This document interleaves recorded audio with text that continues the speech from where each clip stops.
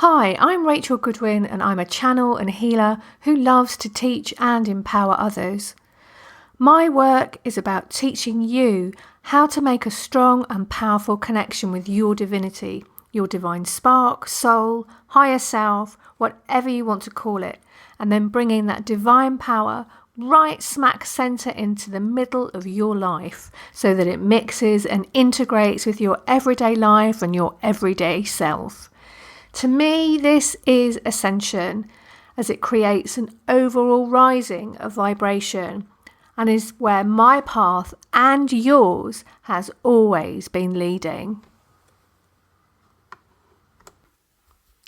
Hi everyone, I've got a really special interview for you today with Imelda Almqvist. We're talking about Nordic Shamanism, and I know many of you have been hearing me talk about Seiðr over on Ascension Runes on Facebook and with the other podcasts I do with Jamie Mendes, Evolving into the Cosmic Heart. And today we have someone who has so many wise words of wisdom, knowledge, experience, and really special understanding of Seiðr. So I'm really pleased to present this interview today. Hope you enjoy it and lots of blessings to you all. So hello everyone. I'd like to welcome Imelda Almqvist, who's with us this morning to speak to me. Hi Imelda. Hi Rachel, thank you for having me. Thrilled to be here. Oh, you're really, I'm just so I'm nervous and excited to interview this morning. So Imelda is a teacher of Nordic Shamanism and she's my teacher. That's why I'm a bit nervous. Would you like to present yourself a little bit to us? Well, I think you've already done it because I think, it's a bit boring listening to that, so I'll be very short. I'm a teacher of Seiðr and Old Norse traditions, also a teacher of sacred art. I write books. I have 3 children, and, I really love working with the runes, and that's something that Rachel and I have in common. I think it's more interesting for people to just go to the interview stage. Brilliant. Okay. Thanks for that. And I'll just mention that Imelda, she's originally from Holland. She lives in the UK and her husband is from Sweden. That's right. So multinational people here this morning. So where should we start? Runes, Seiðr, the pregnant hag. I watched your webinar. Oh, that was great. I really loved that. It was a little bit like being back in the teaching classroom in Sweden. It was like, oh, that's wonderful. Yeah. And it remains available. It's a free webinar. It's on the Teachable site. So anyone can go there and watch it anytime. It's free of charge. So, if people want to see what that is, just log in and watch it. Yeah. So Imelda's just started this. She's really been getting her technological game on. And she set up her online. Let's not talk about that. You've done it though, Imelda. You've done it. Yeah. I've done it, but I've had a lot of help from one of your Sweden sisters, shall we say. That's Valerie Bouder. Yeah. And if she hadn't come to the rescue, I think I wouldn't be alone until Christmas, while I'm trying to work it all out. So I've had significant help because, tech is not my strong point. I'll be honest about that. I have strong points, but tech isn't one of them. Well, it's there, and Imelda's new school is on Teachable, and it's called The Pregnant Hag. Is that right? Pregnant Hag Teachings. The webinar is called The Pregnant Hag, or Meet the Pregnant Hag. Yeah. Pregnant Hag Teachings is the name of the school, yeah. Yeah, and it's really enjoyable, the webinar, especially. So, I mean, this is one of the things I wanted to talk about, and what I've enjoyed from doing the Nordic Shamanism and the Seiðr so much is it's really got a different energy of what it is to be a woman spiritually to other spiritual kind of patterns and spiritualities that I've worked with, and that is one of my favorite things about it. And that's been quite life-changing for me, actually. And I think it really does come from Scandinavia, because I also feel it like here living in Denmark, there's like a different way of being a woman than there is in the UK and the States. And you know, of course, I'm sort of talking a little bit about stereotypes here, but it's also about that energy structure that's kind of in the culture, that it's quite difficult not to get sucked into. And also there is an ancestral dimension as well, because like any culture has its own cultural ancestors. So it's not only like the people alive today that you are like living among and connecting with, but it's also their very real energetic footsteps of the people who lived on that land, you know, like before us and the generations before. And all of that together does create a container. You know, I really believe that. I mean, as a Dutch person, living in the UK, also living in Sweden for part of the year and teaching a lot in the US and other places, I really feel that, you know, every time I teach in another location, I step into a different energetic template. Yeah, absolutely. Absolutely. And when I've been like describing to people what it's like to work with the Norns, or you know, these sort of more crone energies from the Scandinavian side of things, people have really got it. That's what's been really interesting. It's like I kind of got that energy from, you know, living here in Denmark, but also sitting in the classroom in Sweden.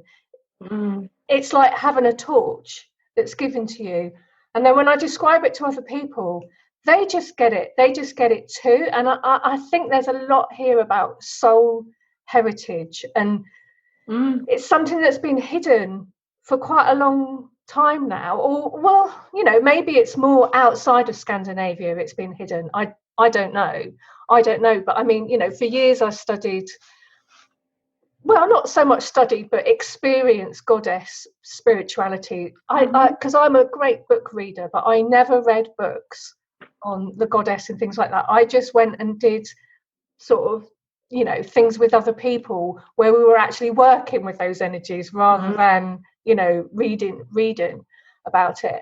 And the whole Norse thing was just so missed out from that. It just wasn't there. I mean, you might get Freya mentioned, but it would be as some love goddess, you know. Oh yes. Completely. Oh, I know that one. Yes. It's just like, well, who is that? I don't identify with that at all. But that's how she is in the oracle cards, you know. So.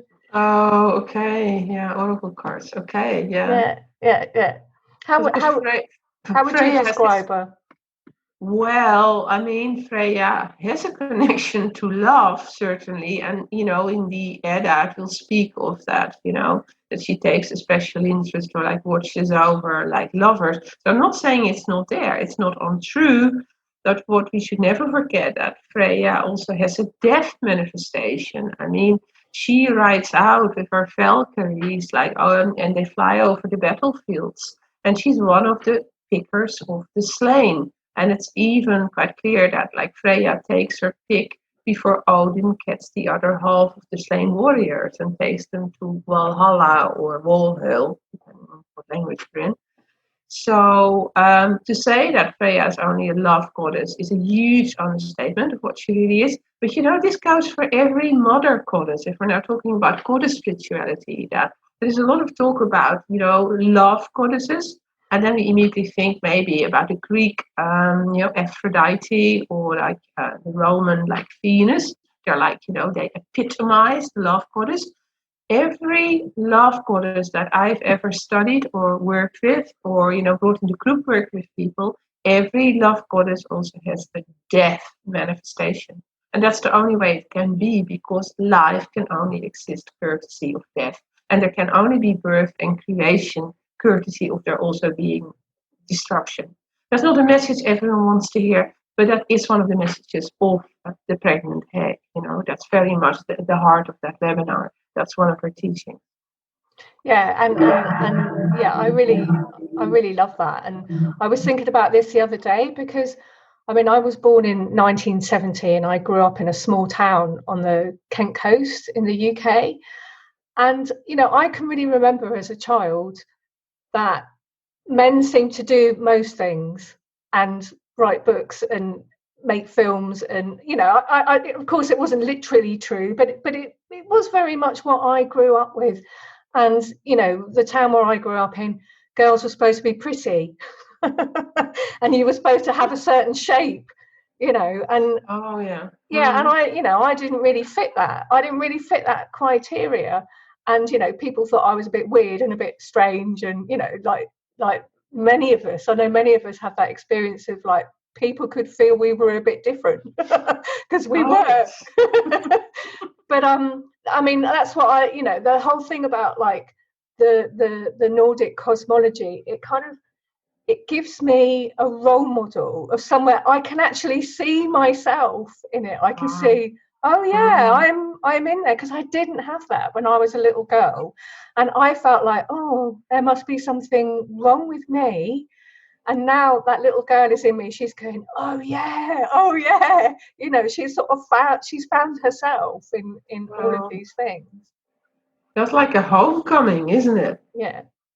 Yeah, which is, it's not something I expected, really. No, wow, but I'm very happy to hear this, especially as your teacher, for the time being. Yeah. But and I think it has been the same for me, because I've done some work, went through a phase of studying and even teaching core shamanism. And I'll never regret that, because I met the most amazing teachers and I learned so much that helped me understand what goes on in those ancient Norse texts. So, like in no way do I regret it, not at all. But there was a point where I felt I had to make a choice, like I couldn't keep a foot in both camps anymore. Or I couldn't sort of work in core shamanism and then do a bit of Norse material on the side. So the day came where I felt I had to make a choice and state my colors, and that's what I have done, even publicly. And kind of like it tilted my world on its axis again. But also, the most important thing is being this homecoming, to know where I belong, and to really feel that I now teach the wisdom teachings of my ancestors, and that in doing so, I even honor those ancestors, who died for their beliefs. You think of the witches burned at the stake, or the magicians and folk healers and sorcerers who have either been demonized or even been executed. It actually feels extremely important to actively make the choice to teach that again, and to say that publicly. This is what I teach. This is what I'm about. Because it's also a way of honoring those same ancestors, whose land we now work and whose material we are discussing here today. So I can relate to what you are saying, because I think that feeling of homecoming is so important. And also I know many people, and it's understandable, because when you're first starting out, you don't know where home is going to be.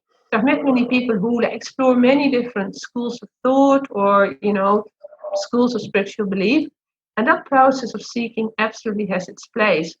But I think, unless it's followed by a point of knowing where you belong and where your home is, you can become a little bit like a butterfly, that you visit a lot of different flowers. But also I think it's somewhere to really go deep with it and make it a deeply ingrained practice that really brings power to your life. I think there needs to be a commitment to a tradition. I mean, at least that has been my journey and my belief. I know a lot of the people who are listening will be people who very much tune into their intuition and, work with signs and omens and things like that. And, I mean, that's really what led me on this path, because, logically in my head, I have never been drawn towards Viking stuff, or because it's very much the masculine side of it that gets presented. It's Odin, and then it's Thor, and there's a lot of killing and blood and stuff like that, and that's so not me. But I got drawn on this path because I got a real urge to learn about shamanism a few years ago, and I was going to language school at the time in Denmark. And so I was doing left-brained stuff all week, and it was really doing my head in. It was really challenging for me just to do that all day. And then it was summer break, and I thought, great, I'm going to find myself some spiritual thing, because I had no time. All the time I was studying, it was just left brain. And there were like Nordic stuff around here in Copenhagen, but it was all booked up. And I was like, oh, damn. So I found Sandra Ingerman's online training she was doing. And then there was an interview with you talking about children, working with children. And as you know, I've got two boys, and I listened. I thought, oh, I really like that, because I think it's something a lot of people are too scared to go towards, because it's involving children, and it's like, oh, well, will I get sued if I do that, if I work with kids? Or, people have a lot of fear, I think, about working with kids. And so it was great listening to you talk about it and give some inspiration. And I went on your website, and then I saw that you were doing Nordic stuff, and I was like, no, God, I didn't even know this existed. And then I went and did the the intro course in Sweden with Anna Kjellin, which was great. She was fantastic.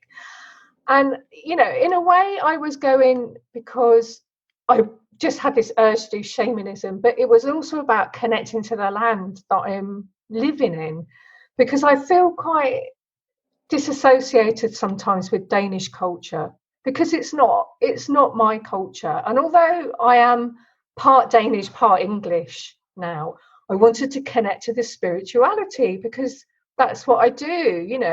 I'm a spirituality sort of person.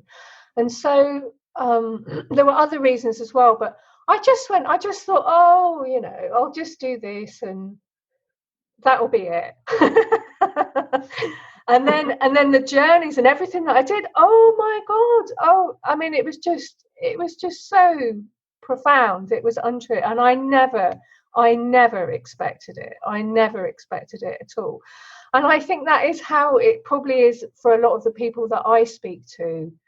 This is never something that they thought they were interested in until they heard like someone speaking about it, like me or you, or did a journey and got into it, and then suddenly found there was this whole other world that's so different from this like previous perception of Odin and Vikings and stabbing people and and all the rest of it. How did it happen for you? How did you start with all of this? Well, I was brought up a good Roman Catholic girl in the Netherlands. And then at age 19, I was a first year art student in Amsterdam. I met my now husband, then boyfriend. So we met, it was like on an event we did in London together, where we were representing our own country. So there were people there from all over Europe. And so we got together. And then, of course, we were in London. He visited me in the Netherlands. And then I wanted to visit him in his own country. So I was 19 years old. This was my first visit to Sweden. It was a winter visit. It was very snowy. So I was walking around Stockholm at that time of year, like just before the winter solstice. Like, if you're lucky, 4 hours of daylight. It's a really overcast day, not even that.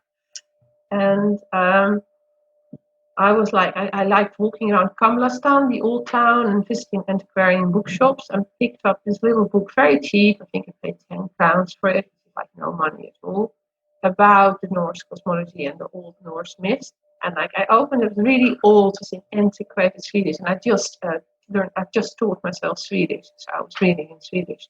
So I picked it up, and it was this really antiquated Swedish.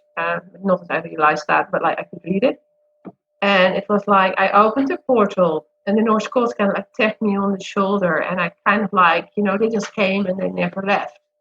And I started making a series of paintings about those gods and about those stories. And I was so off the planet. I really had to adjust. Like when my husband came home from his studies, I had to really take a moment to bring myself back to that reality, because I was so deep in it. And the sense of homecoming was unbelievable. But also at that time, it was quite hard to find quality training in that material. And I probably didn't even know that. Plus, I was enrolled in art school. I was a teenager. I was an art student. So it's always stayed with me. And I've always worked with these gods through art and other ways. But as I said, then when the time came where the spirits sort of came, pinned me down one night and demanded I did shamanic training. I was not planning to do it, because I had 3 children, aged 5 and under. So to do intensive shamanic training wasn't on the wish list at all.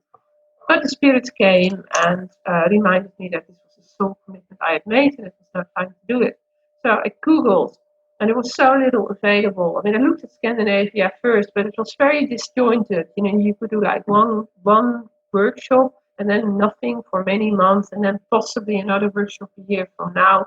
And I thought, no, if I am to learn those skills, I am an organized Dutch person. I want to know there's a beginning and an end, and I want to know what the curriculum is going to be. And I want the teacher really committing to delivering that on a certain amount of time. And that's how I ended up enrolling in a core shamanism practitioner training. And I talked about that. It's not something I regret because it's been fantastic schooling in the technicalities of doing things. I don't regret it at all. But I then did have to make the journey back to the Norse material eventually. And the most interesting part was then marrying what I had learned elsewhere and reading the sagas again and reading the Poetic Edda again. And then once you've clocked up so much shaman training, including teacher level in the US, you think, now I understand what's going on here. And then the next step is to say, okay, now I understand that. How can I put this in a format where other people can access it too? Because this is so important that this doesn't die out or that we write it off as a myth. It's far more than a myth. These are wisdom teachings that can make a real difference to our lives. Like I am testifying, you have testified, it did for you.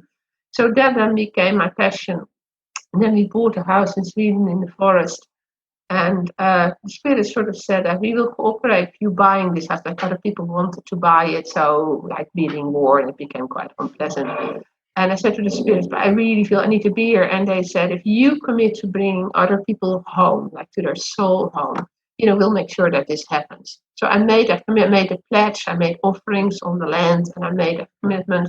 And miraculously, the other people withdrew, and we called the house. And, as you know, on that property, there is a building, which is now an actual school. And you've talked about that, like stepping inside that school and like being together with our wonderful group in Sweden. And like actually having that home base for the whole group and for the people who, well, COVID allowing, can like come there in the future.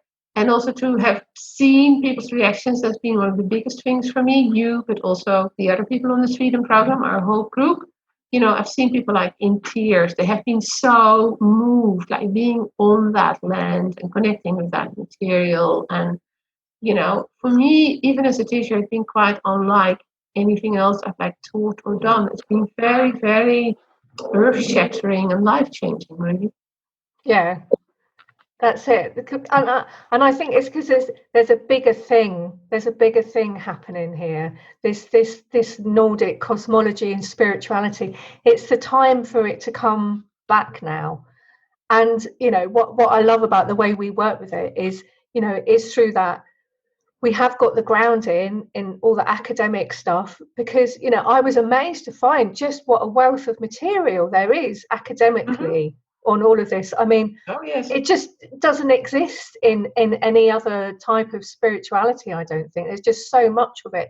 But then we're journeying, and that's just such a useful tool then to have that direct revelation where we're making it a living, breathing thing that exists in the now, because what I didn't realize, but you can feel it in there.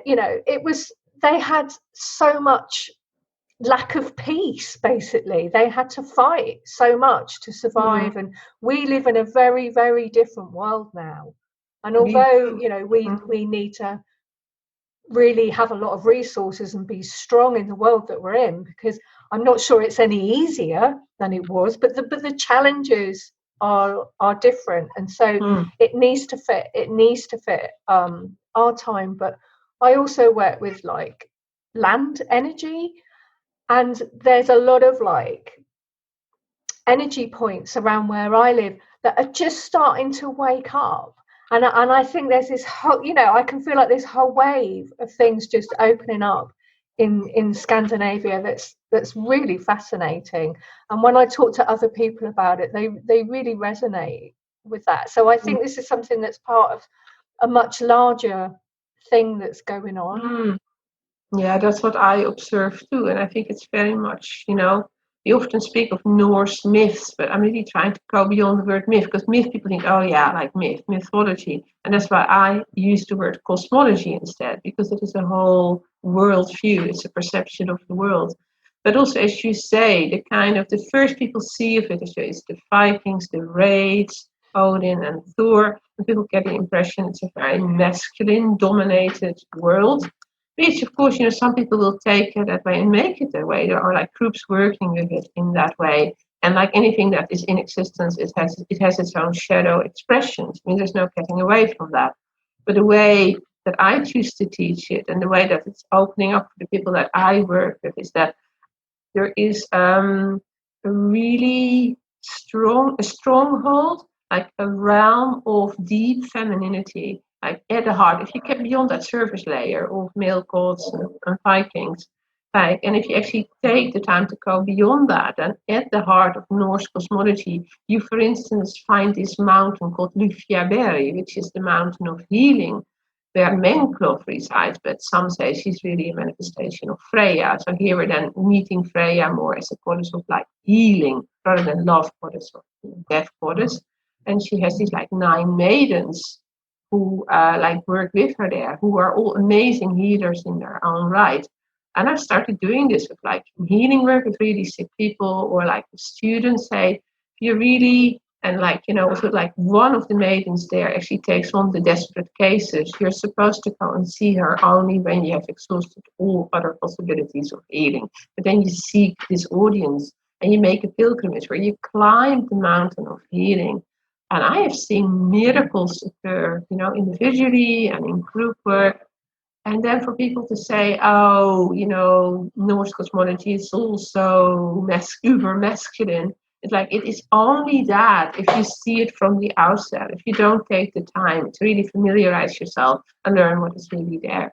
And in these kinds of mystery realms, and also there, I said, all these like helpers and other divine beings, it is amazing what's available to us. And not just on the level of myth, like, oh yeah, it's like a story in a mythology book. No, I'm talking about people who are very, very ill, making a soul journey to the mountain of healing, maybe because they have a serious form of cancer or another illness, and actually receiving healing in that place.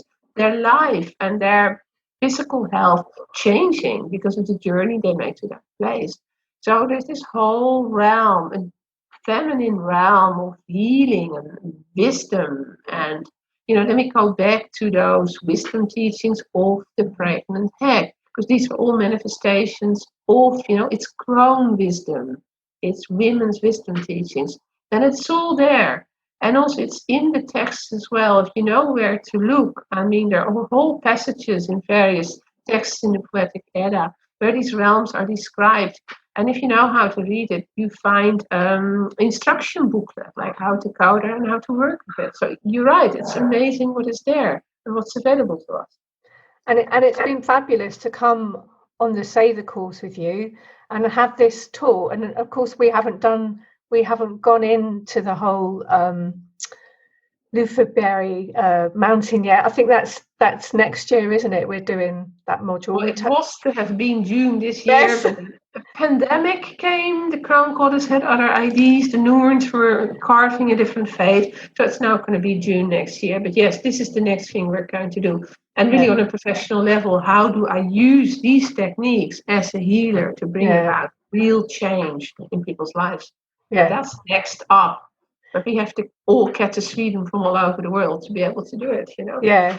But that is the module. I'm really so excited to be doing that. And I really hope by next year, things never stay the same. Of course, things will look different next year. But I have had a little hope. There was an email from you a couple of weeks ago and people were writing in. And then when I was going to sleep that night, that bit as you're going to sleep, and I was suddenly in the classroom in Sweden. And I could smell it, how it smelled, and I could feel the people around me, and it felt like next year. So I'm hoping, we'll be there. But what I actually wanted to say was, I'm so grateful to you that you've gone and done all that work and found all these things, and because I have my own work. I don't have the time to do all this groundwork. And I know you have spent like years and years and hours and days and months. And, there's so much work gone into like discovering all of this and working with it, and then like you can teach it to us in a week, and I really appreciate the time and effort and wisdom and experience that you've put into it, because it's such a gift to be able to receive that, and it's like, wow, now I've got it. Well, that's wonderful to hear, but maybe also a word of caution. I'm a tough teacher. I said homework. So, yes, I give it to you in a week and it's intense. And sometimes I see people like, can I absorb more when I go home? But then, there really needs to be many months, if not a year. Like you've said about the runes, of integrating and working with it. And what a lot of people do is they will attend courses with me and they're always very excited. Imelda, what's the next thing? Send me a newsletter or tell me, what are you teaching next? And it's like, hang on, have you come back to the homework I set for the previous model? Or you talk to them and people say, oh, I've never heard of a whatever it is. I say, well, excuse me, I actually did. I know it was a lot to take on.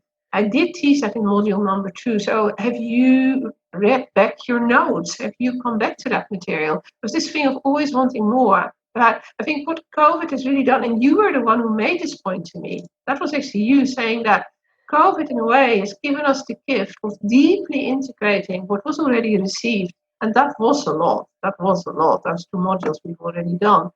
And you were the one who said that maybe it's not a problem if this becomes a 3-year training, because really what you've already given us takes more integration time than just the sort of months between modules. And I've really taken that on board, actually. That really sort of flipped something in my mind. So thank you for that observation.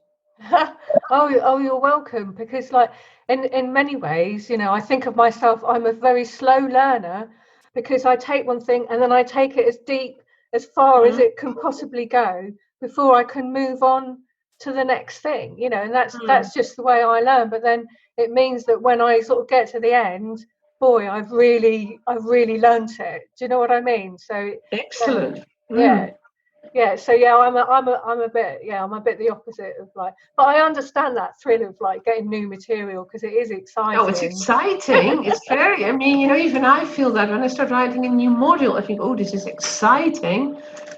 But there's also sometimes an idea now, again, COVID brings both really tough things. It's also bringing some unexpected benefits. But that people now think that you can teach everything online, and then people think that you can do in a 90-minute class what you would normally do in a week in the forest in Sweden. Now, obviously, there are limits around that. But what I can do even online is give people enough to get them started. I'm pretty good at setting homework. All of my workshops or online webinars, they always end with homework suggestions. So if you want to take it seriously, I give people a list of going deeper. And I think the people who do that, they are like you. They really start plumbing the depths, and then it's like, wow, what comes? But to just sit there and do nothing until the next webinar rolls, yeah, it's great, you'll still have a good time, but I don't think we are going to really master the material, because that requires commitment, time investment, and personal relationship. Yes, it does. And really, it's the only way to learn these things, like working with the runes. The only way you're going to learn about runes is by working with them and meeting with them. It's like if you want to know a person, you have to go and spend time with them. And it's the same with the runes. Exactly. It's like getting to know a person. You have to get to know each rune, have a personal relationship with. And that's one of the things that I always, say to people about it. But I just wanted to go back to a point I was thinking about this morning, and that is about the word witch. Go for it. So I have another podcast that I do with an American woman, and we meet up once or twice a month, and we just sit on Facebook and we just chat, and we just say, how was your week, and see what comes up, and we have some really interesting conversations, and we frequently talk about this witch word, and because it still has a really bad rap as far as I'm aware, and I have really strong feelings about that, because witch, it's our indigenous word for shaman, really. I mean, it's they were the wise women and men They were the healers, and I feel like it's time for us to start reclaiming that word. Yeah, and I think there is a whole movement afoot with that. And of course, within witchcraft, you have different schools and different beliefs. You have people, well, I mean, it's a huge topic in its own right. You could do a whole webinar or a whole podcast just about that. And the way I work with it myself, and you've probably seen that, is that I've started calling myself a forest witch because, like, I've never dabbled in Wicca or I'm not involved in any of that, so I cannot associate myself with that.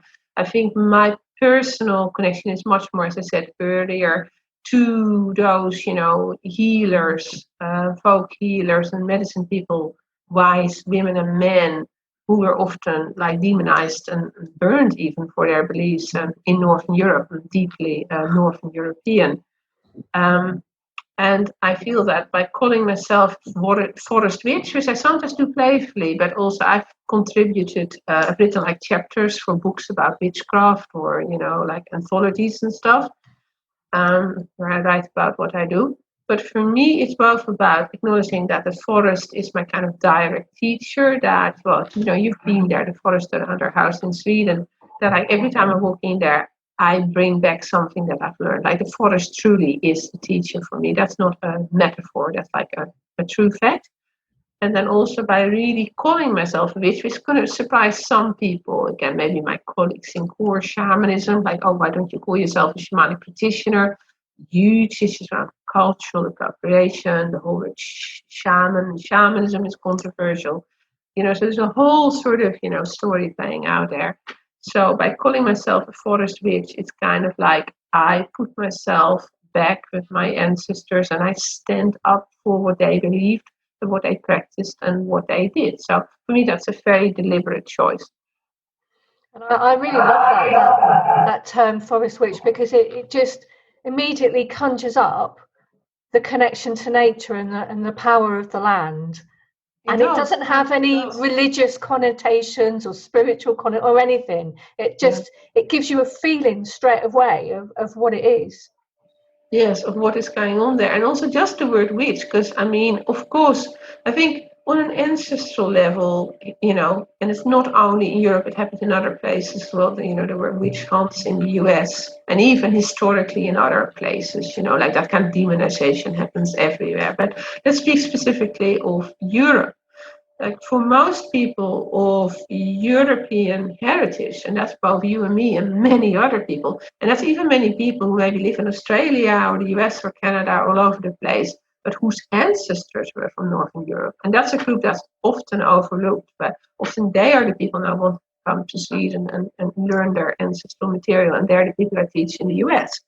So we're really a very large group of people. For all of us in our ancestral field, is still held the fear of the witch trials, because that happened to our ancestors. So on an ancestral level, that is like a wound. There is something there that's imbalanced because it's never been publicly apologized for. There's still until today healing work to be done on that, not only on the individual level, but also on the collective level. So for me, claiming that word for myself and coming out of it, and I know it alienates some people, but hey, so be it. That will just have to be. It's kind of like it's a form of restitution almost. It's saying that I stand with you, my ancestors, and I know that you died for this. These were like sacred wisdom teaches, sacred medicine knowledge. You died for that. You had to give up your life for that. So the very least I can then do is teach it again and also use the word witch publicly, and then just take the consequences of doing that. But those consequences are very, very mild compared to what our ancestors went through. Yeah, absolutely. And I really feel them standing behind me, when I'm doing the work. I really feel that connection to them and out in the land. And like you said, we have a lot to be grateful for them, for who they were and the work they did, because it's all laid down as energy for us to just like pick up, and then to honor them for what they went through. It's like, yeah. And then there's a hashtag witch wound. Which I think that's a really good, like, short way of acknowledging what a lot of us are going through, because, like, I mean, I've been working through it for years, and it's still, you know, there's always new layers of it, but I have got to the point now where I don't feel mortally terrified sort of openly, you know, doing this kind of work, or using the witch word, or saying I'm a witch, or you know, that kind of thing. And yeah, it's a lot better than it was for a lot of us, but there's still plenty more to do. And I think that open acknowledgement by society of, like, this happened, this was bad, we acknowledge that this was terrible, you know, that is an important step, I think, to take with all of this. Definitely healing work to be done. And I think also etymology can work if we go to the word origin, because, like, the word witch has become such a dreaded word. But really, if you look at it on the level of etymology, it is related to the words witty and wise. So a witch really is, you know, it's a wise person. It's a person who has wisdom and knowledge, and it's a person, you know, it's a person who can heal. And those meanings, if you look at the etymology of the word witch, you know, you can find it in a, you know, etymology like dictionary, or like online. So actually, if you look at the origin of that word, the origin of that word isn't actually terrible. And sometimes I think that also helps to sort of, like, look at, like, rather than all the projections, the demonic projections that we have, like, glued onto a word. What does the word actually mean when we strip it of those layers of projection? So that's an interesting journey to make if people want to do that. And that, I think, also helps with the healing of the witch wound. So I'll have to check out that hashtag now. Yeah. It's a good hashtag, that one. I like that one. So we want to make sure we have time to talk about your new book that's coming out, Medicine of the Imagination. Yes. Dwelling in Possibility, and it's an impassioned plea for fearless imagination. So this is my third book, and it was very strange, because this is the book I had not planned to write. I had just on the day I had submitted my, like, edited manuscript for book number 2, which was about sacred art, to the publisher. So that went off at 9 in the morning, like final revisions. Now I can't touch it anymore because it will go to the printer. And I thought, I'm going to have 6 months off before I even think of writing another book. I'm just going to paint, freewheel, because it's intense getting a book, and especially a book like that. I think this was quite a hard book to write. So the spirits, as they do, came and said, you're going to write a new book, and the title is Medicine of the Imagination, and we want you to write the outline now. And I couldn't believe it. I wasn't planning this. This hadn't been on my mind. But of course, you know, I tend to do what the spirits say, because my life is spirit-led. So I sat down and I thought, where am I going with this? Medicine of the Imagination. Like, what is that? So started working on it, and of course the spirits came. So what it has turned out to be, I think, in a way, it's been a book for the pandemic we're in now. I can now understand why they came and insisted that I write that, because this book makes so much sense now we are dealing with the pandemic than before. And I'm very happy that it's gone through the editorial process and it's now in the shops, basically, or it will be. The date of publication is October 30th, so soon. And what it really does is I'm making an argument for harnessing the human imagination to kind of actively use it to create different outcomes. Because at the moment, we know we have an imagination, but almost no one is really aware of the energetic consequences of using our imagination in a way that we've been, like, conditioned, or we just do it naturally when we do not discipline our mind. Well, actually, it's the most powerful tool we have. And everything we see in the world today originates in someone's or in a group's imagination. So unless we really look at how we use our imagination and the energetic consequences of thoughts we're sending out in the world and of the way we are thinking, I think we do not stand a chance of bringing the lasting change our world really, really needs right now. Now, the pandemic and COVID-19 are also asking all of us to really think about like the paradigm shift that needs to occur. I mean, the issues have become, they have intensified. We don't have the choice anymore of pretending that we can just carry on as we did before. So what we need to do is learn to use our imagination in a disciplined way with a lot of shadow awareness so we can start creating, collectively co-creating the world that we all want. And I think we also owe that to the children and the people who come after us. Like, we can't really leave into the mess we're in today. I think it is clear that the way we've been creating reality up to now, that is not working. So we all need to collectively arrive at a new way of creating healthy and functional reality. And if we do not do that, if we do not go through that process of awareness, we're inadvertently colluding with creating more of the same of what came before. So that is then there are lots of details. Every chapter has an activity. So the book is actually very, very practical. It really tells people how you can practically do this. But that is the concept behind that book. And as I said, it took me months of grappling with it before I even understood what the spirits were asking me to do. This was a much harder book to write than my previous two books, or the fourth book I've written since. So this has been my most difficult labor, getting this book out in the world. Why was it so difficult to write? What was difficult about it? Because I had to turn upside down all the furniture in my own mind, and I had to question every single belief I have ever had. And I had to go back to everything all of my own teachers have ever taught me and turn that upside down. I had to do a gigantic amount of unlearning.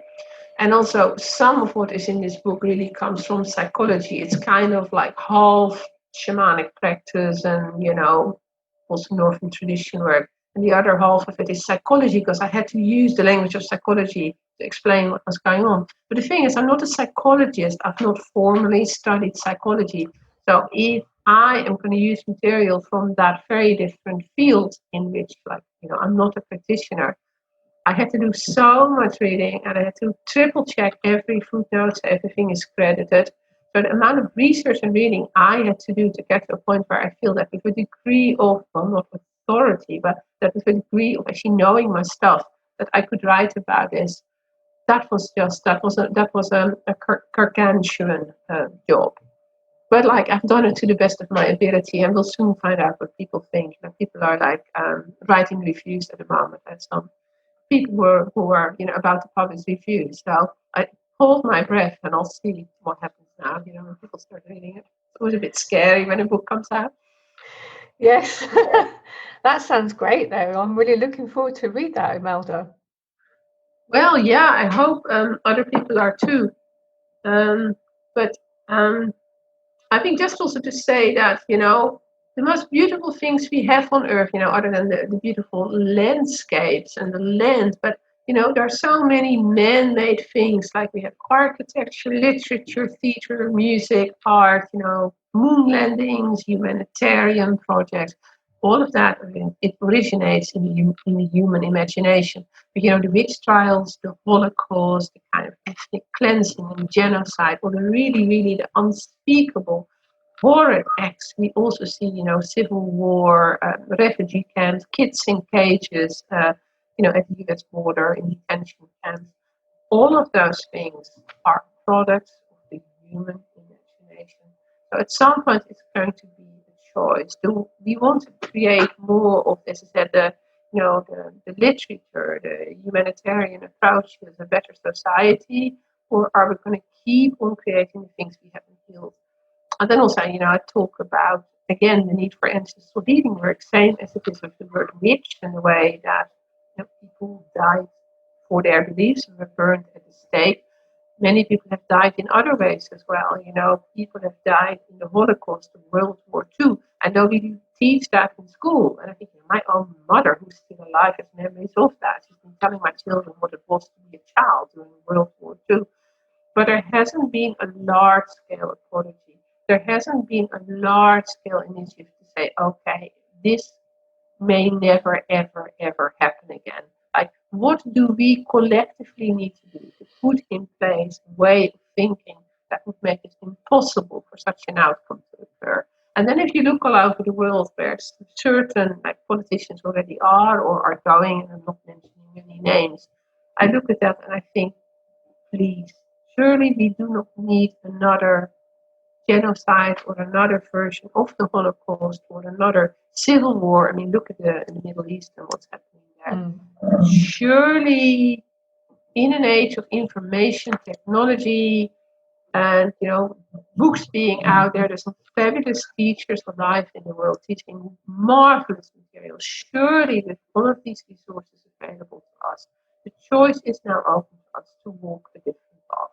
So that is what this book does, and it tries to provide a toolkit. It's like a very practical toolkit for how do I actually do this? How do I start checking and disciplining and harnessing the way I use my own imagination? And how does that come into play when I am with groups or when I am with other people? A bit like in our Sweden group, we did a shadow exam recently. That has just been one small aspect of that. There is far more that needs to be done. But we just did a lot of shadow work in our Sweden group, and it was uplifting and beautiful. It wasn't negative, was it? No. And I think that's something else that is starting to expand now through sort of like Facebook and things like that shadow work is just the thing. It is the thing. Yeah. And we're embracing that side of ourselves even more. But going back to what you were saying, I really believe like if there's a hope for mankind, then that is about us being able to go inside of ourselves and draw out what's within, and using these techniques like journeying and things like that. The things that we get, the things we can draw out, this is what's going to save the world. No, these are very, very powerful tools indeed. But, as well as journeying out, I think we also need to be psychonauts. I think we need to be fearless explorers of our own psyche. So, we need to journey out and meet all these amazing beings who are just waiting to be asked to be our teachers. I mean, they're right there waiting, but they cannot work with us unless we ask, because the cosmic order requires permission for things like that. But I think we need to also even just it's an indigenous wisdom teaching that the whole world or the whole cosmos even also exists within ourselves. So that wisdom teaching is true, and I believe it to be true. It means that all of the things that are happening in the world, we can also access within ourselves. And then we need courage, some skill in our imagination, but it also then means that on a literal level, that with all of these things we observe in the world, if they're also within me, it means I can go within myself and I can start working with that today. There is no need for me to stay in a place of feeling so powerless. Oh, I watch the news. It's all so terrible. Oh, who am I? Just one little person here in London, UK. It's not actually like that. The accumulated choices and actions of even one middle-aged, shall we say, human being, hopefully longer, but a whole human lifetime of action and choices actually amounts to a huge energetic footprint in the world.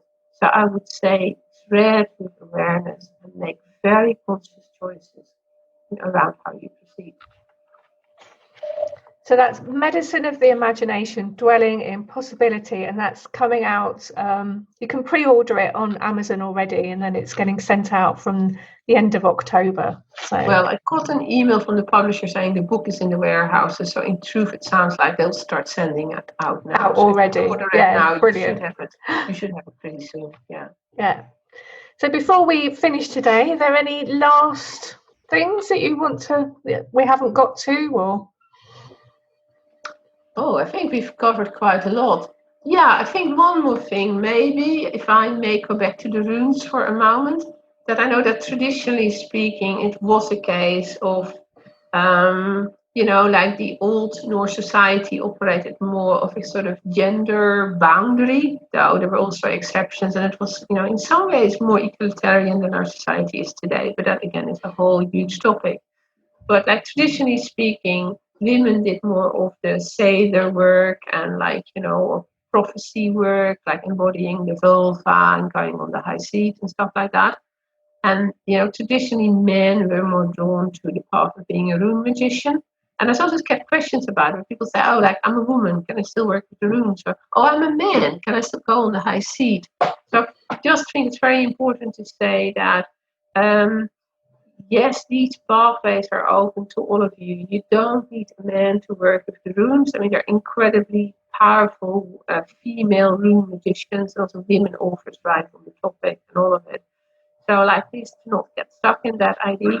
And also, equally, if you're a man and if you come on a Seiðr like workshop or course, or say like a 2-year program in Sweden, men also get to work with the Vulva on the high seat and so all of that Seiðr material. So I think today I see no need, and also really opening up the whole gender construct. Like we have so many more options now. Where we can do that without society demonizing us too much. And I think in the Old Norse times, there were constructs for that as well. They were actually fairly enlightened when it came to things like that. So some of the things we're doing today, they were already doing then, and they're mentioned in the saga. So that's also worth saying, that in a way they were maybe more modern than we think we were. But also for your audience, I just want to say that please not tie yourself in knots around gender constructs. Don't think you need to be a man to be a rune magician, or don't think that if you are a man you can't do the Seiðr work. That work in all of its multidimensional manifestations is like open to anyone who brings a sincere interest in the work. That would be my closing point.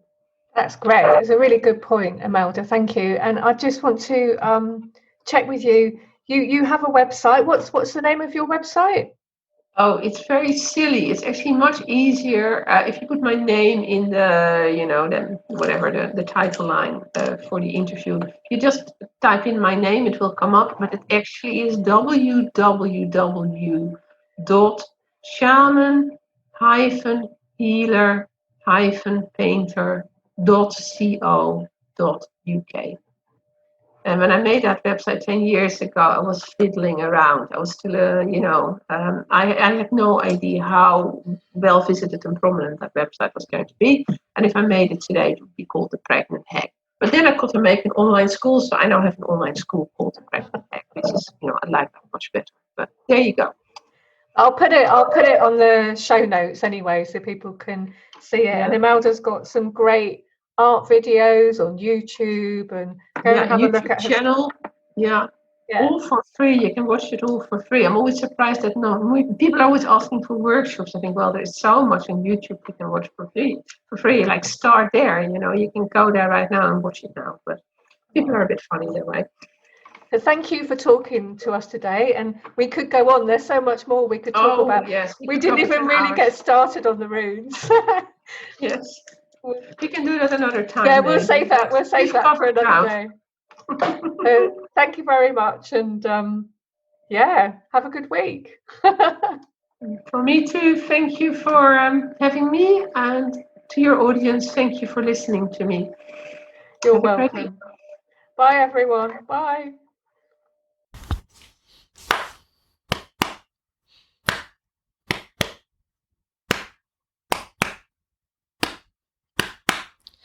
Auheia valeana oe e kahaliko puakukui. Kuhia o kaunaia a kahapu ke momori nei. Hiko I kahimanao I kahapili ko haloa ia. Ia ke kaula lopi ana e kopu kapalili ai.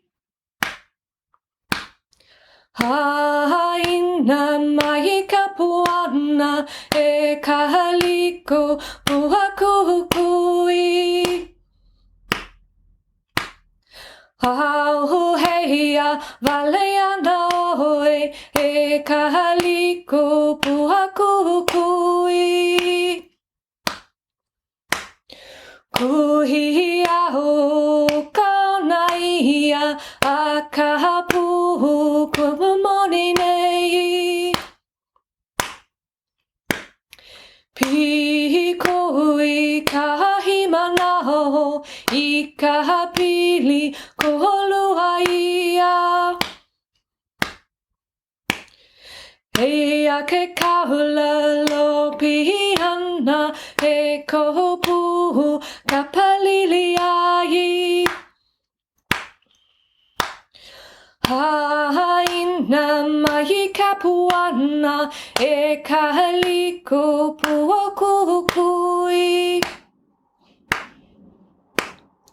Au heia valeano e kaliko puokukui. Kui au konaia akapu ke momorinei. Ikoi kahimanaho I kahapili kualuaia. Ea ke kaula lo pihana he kopu kapaliliai. Haina mai kapuana e kaliko puokukui.